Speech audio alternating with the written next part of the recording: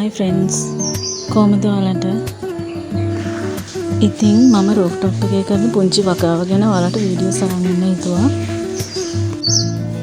Rooftop එකක හැමදේම වගා කරන්න අපහසු වුණත් පුංචි දේවල් මේ වෙද්දිත් මම මගේ වගාවට එකතු කරගෙන තියෙනවා. වගාව පටන් ගෙන ලොකු කාලයක් නැති වුණත් පුංචිට පළදාවත් මම නෙලා ගන්නවා. වගා කරන්න ගොඩක් ආස වුණත් මේ පස්ස හොයාගන්න ටිකක් අමාරුයි.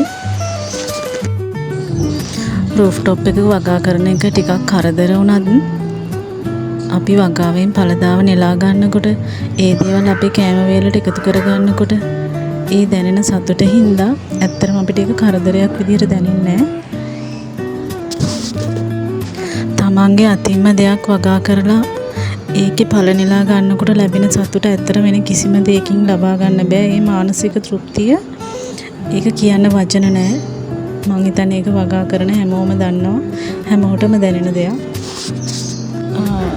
රූෆ්ටොප් එකක තියෙන පුංචි ඉඩේ හැමදේම වගා කරන්න බැරි වුණත් මං අවශ්‍ය පැල වර්ග මේ විදිහට මං වගාවට එකතු කරගෙන තියෙනවා.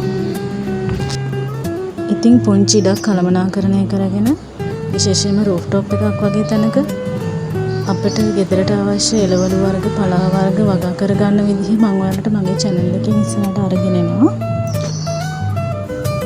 ඉතින් ඒ නිසා මගේ channel එක subscribe කරලා bell icon එක click කරලා තියාගන්න.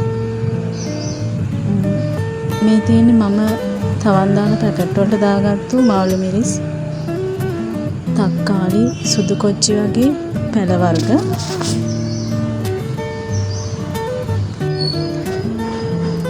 මේ බලන්නකෝ පුංචි ඉඩක තමන්ගේ අතින් වගා කරලා තමන්ගේ ගෙදර ආහාර වේලට මේ විදිහට පළදාව එකතු කරගන්නකොට තමන්ගේ හිතට දැනෙන සතුට කියන්න වචන නැහැ නේද? ඉතින් දිගටම මාත් එක්ක රැඳිලා ඉන්න.